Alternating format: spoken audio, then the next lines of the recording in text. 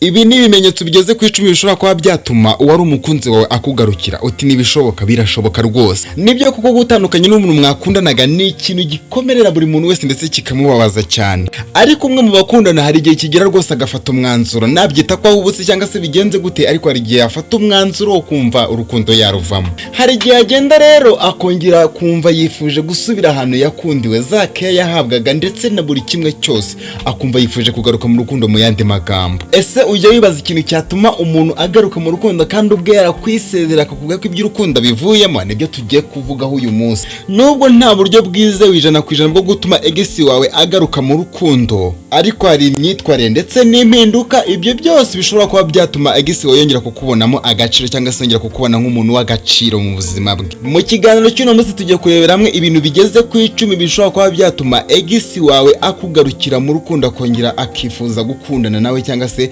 akongera akifuza kumarana nawe ibihe muri kumwe. Duhera ku cyambere dusoreza ku cya 10, ariko nimba ari ubwa mbere ugeze angani wirengagiza ko wakanda subscribe kugira ngo nawe uzajye ubasha kubana natwe mu biganiro bitandukanye bikunze gutambuka ngaha kuri YouTube Rukundo Love Stories. Ikindi kandi niba ukunda cyangwa se niba uri umwe mu bantu bakunda gukurikira ibiganiro bitambutse anga ndetse bikanakunezeza, nitwinjire mu iki kiganiro turakanda like kugira ngo rwose ubashe gutanga umusanzu wawe mu biganiro byacu bitambuka ngaha kuri YouTube channel Rukundo Love Stories. Reka duhere ku cyambere nkuko twari tumaze kubivugaho, tuze gusoreza ku cya 10.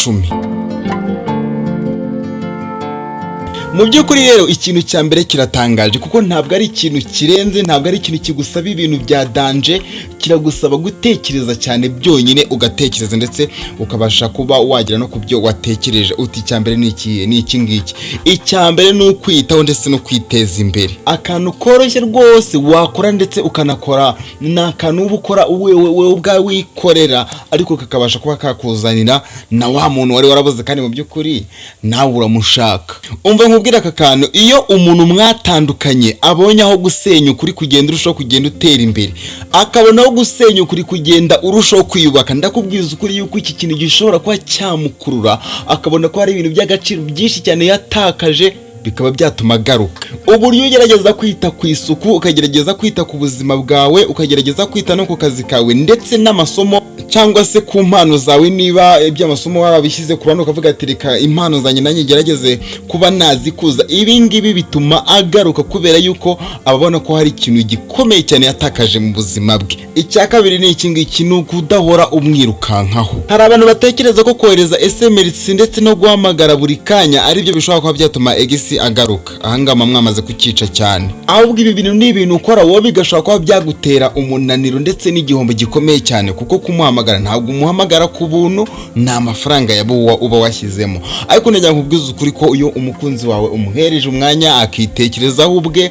hari igihe kigera rwose agatangira gukumbura uburyo mwabanye, ibihe mwanyuzemo, ibi ngibi bikaba byatuma rwose yongera kugaruka, agakumbura kongera kubana nawe. Tudatinze reka tugende ku cya 3. Icya 3 nacyo ni ikintu kitagoye cyane, kuko ndakeka ko niba hari umuntu mwaba mwaratandukanye bitewe n'impamvu runaka, iki ni ikintu wakumva ndetse wagikosora, ukaba rwose ntakubeshya uri mu nzira nziza zo kongera kubona umuntu wawe wabuze cyangwa se umuntu wawe mwatandukanye. Ni iki ngiki, ni uguhindura amakosa yatumye agenda. Niba imyitwarire yawe mibi yaragize uruhare mu gutandukana n'uwahoze ari umukunzi wawe, yikosore kuko ni ikintu cy'ingenzi kizatuma uyu mukunzi wawe yongera kukugarukira.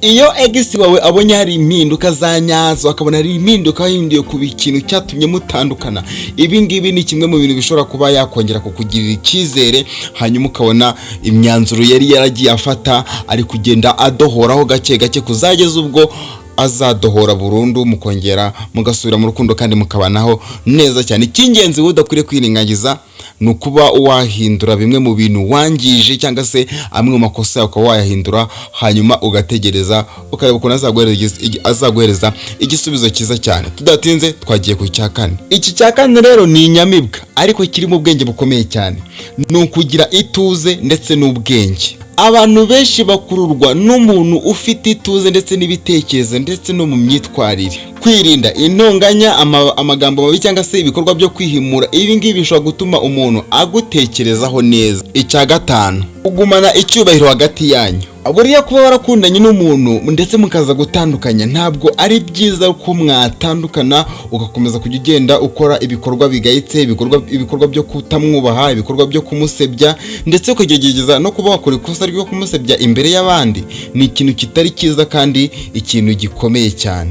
Rero iyo umuntu yumvise waramwubashye mu bihe bibi, ashobora kongera kumva akeneye kuba yakongera kwihuza nawe, cyangwa yakongera kumva yagendera ku murongo umwe nawe, ndetse no kongera kukwegera. Icya gatandatu ni ukuba wishimye n'ubuzima bwawe, se kuba wishimiye ubuzima bwawe. Mu yandi magambo, uyu muntu mwahoze mukundana cyangwa se uyu ex wawe, iyo abonye ubuzima bwawe bwa buri munsi cyangwa se mu buzima bwawe ubaho wishimye, bishobora kuba byamutera amatsiko. Muri iyi si dutuyemo, abo mwana, abo mukuru, abo mugabo, abo mugore, abo umusaza, abantu benshi cyane bakunze gukunda umuntu wishimye. Ntabwo ari ibyo gusa, kuko baba bakunze n'imbaraga ze nziza, kuko kuba wishimye ntabwo ari ibintu bikora buri muntu wese. Iyo ubikoze ukabigeraho, imbaraga uba wakoresheje ntabwo ari buri wese uba uzifite. Bishatse kuvuga ngo bakunda abantu bishimye ariko bagakunda n'imbaraga zabo. Icya karindwi ni ukugerageza cyangwa se ni ugushakisha uburyo wakibuka ibihe byiza mwagiranye. Hari igihe ibiganiro byoroheje cyangwa se kwibutsa umuntu mwahoze mukundana, ndavuga ex wawe, kumwibutsa ibihe byiza mwanyuzemo, ibi ngibi bishobora kongera kubyutsa amarangamutima yari yarasinziriye. Tudatinze, icya munani ni ukureka guhatiriza urukundo. Nkeka iki ngiki cyumvise neza, bya bintu byo kwinginga, kuba wamusaba ngo mwongere musubire mu rukundo, ugasanga ndetse ubigizemo imbaraga nyinshi cyane zo kubihatiriza.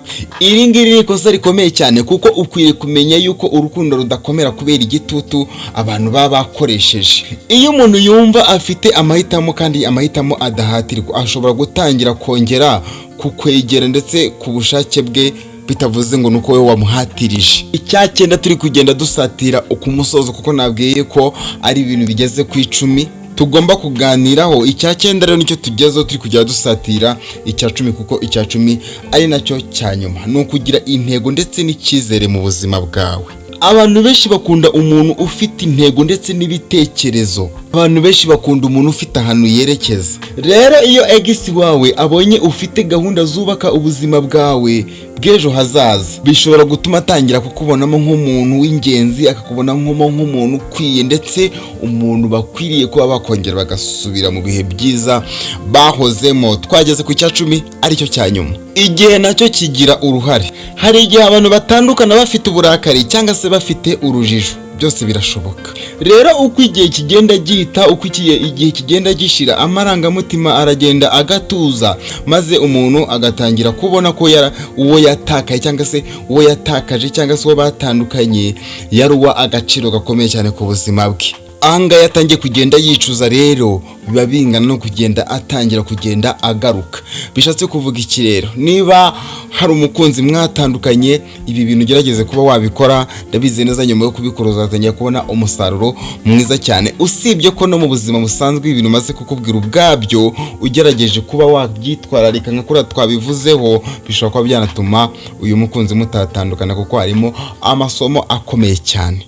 Wakoze rero ngo twatangiranye kino kiganiro, tukaba tukigezanyije ku musozo. Imana igwereze umugisha. Ntiwirengeze kusigira comment yawe, ntiwirengeze kusigira like yawe, ntiwirengeze nyirizina kusigira igitekerezo, kuko ari byiza kusigira igitekerezo kugira ngo tumenye icyo twazavugaho ubutaha. Niba rero iki kiganiro cyagushimishije, ugerageze ugisangize abandi kugira ngo nabo babashe kwirahurira ubwenge bugiye butandukanye bukunda kutamuganga ahanga kuri YouTube channel Rukundo Love Stories. Mwakoze cyane, Imana ibamugisha. Reka tuzegura mu yindi video, kuko murabizi hano every day every time hano ibiganiro biratambuka. Ubwo rero ntuze gucikwa n'ikindi kiraza gukurikiraho mu kanya, kuko ngomba kuguhereza kabisa ibintu by'ubwenge kandi ibintu ukuramo amasomo akomeye cyane. Ndabakunda cyane, ari Rukundo Damas.